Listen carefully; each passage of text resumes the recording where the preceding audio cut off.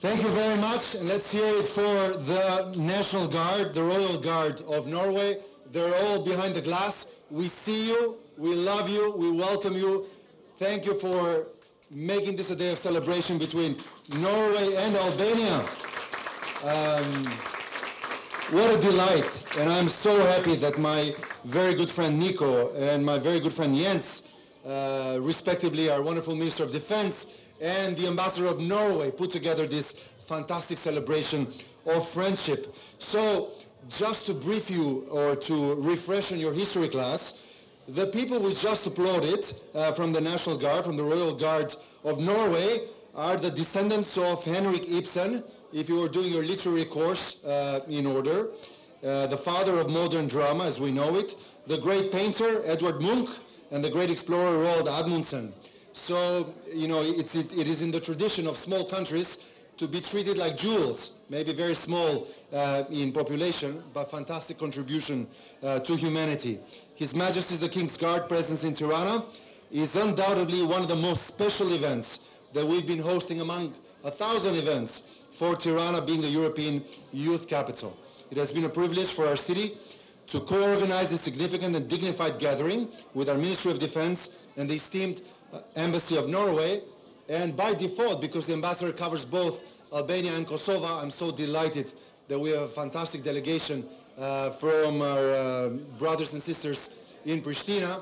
It's a delight to see you, your military presence, your civilian public servants, and also our wonderful community of religious leaders, and our very own royals, Prince and Princess of Albania being here, amongst many other friends from the international community and public servants in Albania who are here to celebrate and to say happy birthday to Norway and to our wonderful friends. His Majesty's King's Guard tour in Skopje, Podgorica, Zagreb, and their stop in Tirana is a manifestation of the solidarity of Norway with Southeastern European allies, friends, NATO member countries, holds both a symbolic and politically relevant message. It encourages us to reflect on the relations with Norway within the NATO alliance, but particularly on our unity with the other countries in the region. As President John F. Kennedy said, geography has made us neighbors. History has made us friends. Economics has made us partners. And necessity has made us allies. Those whom nature has joined together, let no man put asunder. And I think the minister's speech, reflecting on what's going on in Ukraine and how important to have good, decent, caring, dignified neighbors has become. We used to take it for granted, not anymore, since the last 3 months. So it's a blessing for our countries in Southeastern Europe to be alongside countries like Norway within NATO, the world's largest defense alliance, a system of collective security where all states are ready and jointly to defend one another. This tour is taking place at a time when the situation in Ukraine has dramatically escalated. Looking at the war at the other side of Europe would rightfully make one say that not all countries are able to see and appreciate the values of good neighborhoodliness. While the whole world is facing the consequences of the Russian aggression in Ukraine, it is within the challenge itself that we should find the call not only to strengthen the unity and the readiness of our countries as NATO members, but also enlarge the alliance with new members, just as the case now approaches with Finland and Sweden, our wonderful Scandinavian friends and allies. Although being traditionally neutral countries, now it has come to join forces and be together as one. No more than Albania does any other country recognize the value of unity. As Skanderbeg, our leader from 500 years ago, used to show his son that small individual sticks can be easily broken, but bundled together in unity, they're unbreakable. So is our alliance, so is our humanity, so is our civilization, and in no better context than in Tirana being the European youth capital, I'd like to see this unity manifested, not only in this balcony, but across our lives and across the places we're called to be of service. Happy birthday, Norway. We love to call you friend, ally, and brothers, and I hope you have a wonderful time with your wonderful delegation from the King's Royal Guard. And I hope that everybody who's here tonight, given that the residency of the ambassador is in Pristina, gets a chance to at least meet one Norwegian that you didn't know before. Shake their hand, get their card, get their number, invite them to come back, and hopefully, as they say in the movie Casablanca, this is a beginning of a beautiful friendship. Thank you very much. I will provide you with a few words from my side on this occasion. Some of you just watched the fantastic performance of His Majesty's the King's Guard's Third Company on Skanderbeg Square, and now I would like to welcome you to our National Day reception here at the Hotel Tirana International, which is the second part of our double event this evening.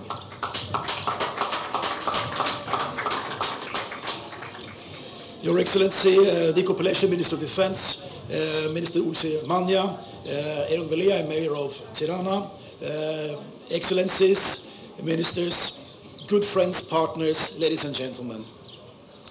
On every May 17, Norway celebrates its constitution, which was proclaimed on that very day in 1814, just at the end of the Napoleonic Wars in Europe, some 208 years ago. Our constitution is very dear to us, and it is celebrated with much vigor all around the country with big children's parades. In Oslo this year, some 30,000 school children paraded up to His Majesty and the King, which were waving back to them from the Royal Palace balcony. And several hundreds of thousands were out in the street watching. The Norwegian constitution is one of the oldest written, codified constitutions in the world still in operation. And it is strongly influenced by the ideas of liberty, equality, fundamental human rights that triumphed in Europe and North America in the 1700s. The Constitution still guides us very well to this day. But tonight is also to celebrate normality coming back to our societies and economies after the pandemic. It is very good being together again. But most importantly, we are celebrating tonight the friendship, the strong friendship between Norway and the Republic of Albania. Albania has transformed so much, so fast, and is today a very good partner for us, a strong ally together in NATO. Together with Albania, we are also strong partners in the sector of energy and in the maritime and marine sectors, to mention a few areas of fast development. Some of these partners involved are here with us tonight, like the Statkraft company, which is developing the hydropower sector in Albania together with the government. Albania and Norway are also strong partners in the United Nations, and both countries hold seats in the Security Council this year.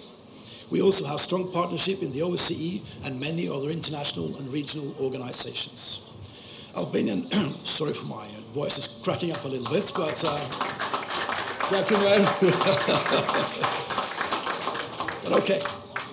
Albania and Norway also recently agreed to cooperate on Albania's accession to the EU as an important steps to reaching common strategic objectives, a cooperation that opens up new doors in our relationships.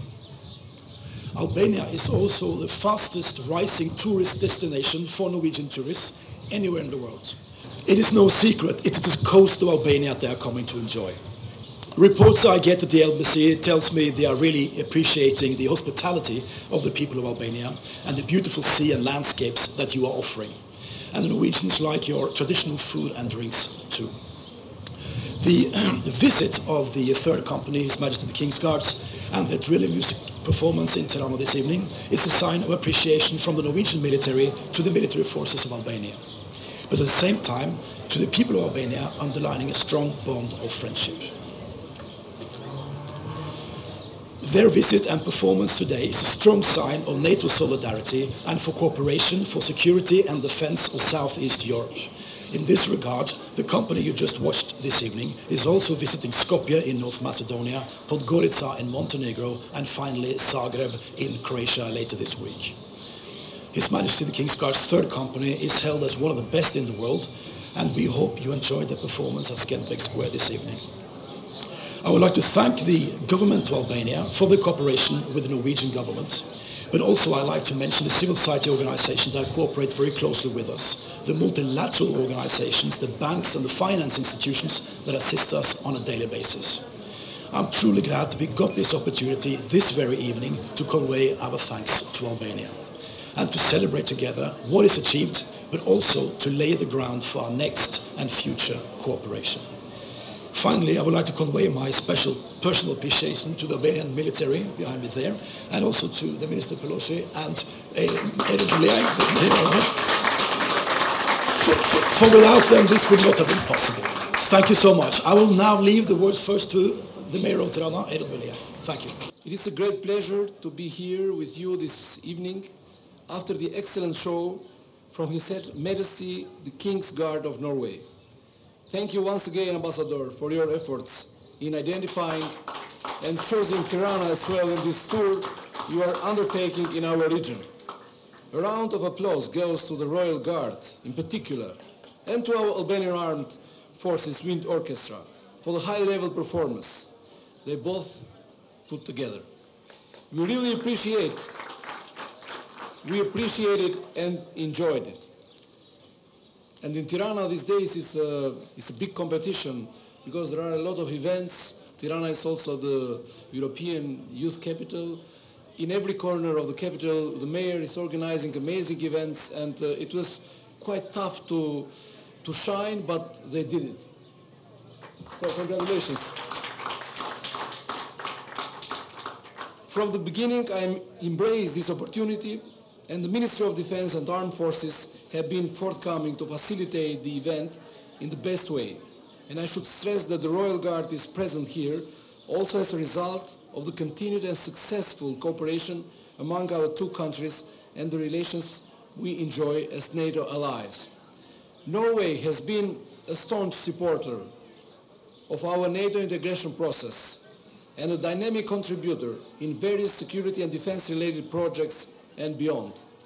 I can highlight the demilitarization efforts through NATO PFP trust funds, where Norway has contributed extensively. The Albania-Norway hydrographic project in improving the safe navigation within the Albanian territorial waters, and recent projects in building integrity within the defense organization. Moreover, Norway is quite vocal to regional cooperation, and we commend their role and support, for instance, to the Balkans Medical Task Force initiative. And finally, allow me to recall and at the same time thank our Norwegian allies for their financial aid they pledged during the Donors Conference in Brussels in February 2020 for our recovery after the November 2019 devastating earthquake. Dear friends, while I was watching the parade and listening to the different pieces, came to my mind how important peace, security and prosperity is nowadays. It is very much disturbing and unbelievable what is happening in Ukraine in the 21st century. A cruel reality and suffering for millions of people, children, women and elders, without a reason, without an argument. In these challenging times, when the security architecture seems crumbled from the Russian aggression in Ukraine, it is paramount that we acknowledge peace and security are not for granted, and we must stand bedrock together, bound by our principles and values of democracy, justice, human liberty and dignity. It is also paramount that we stand by Ukraine without any hesitation. Coming to an end, I thank all of you for the participation in this event and His Majesty the King's Guard for being here and entertaining us. I do really hope that this will be a building block for the future in enhancing their cooperation with our armed forces wind orchestra. Until then, I wish the best of success in our next stops, in your next stops of the tour, and with your motto, Allt for Kongen, everything for the King. I join you in the recent celebration of the Norway National Day, because we have to say that 17th of May, there was also the National Day of Norway. We are celebrating the day because it's never late to celebrate, so thank you very much and all the best.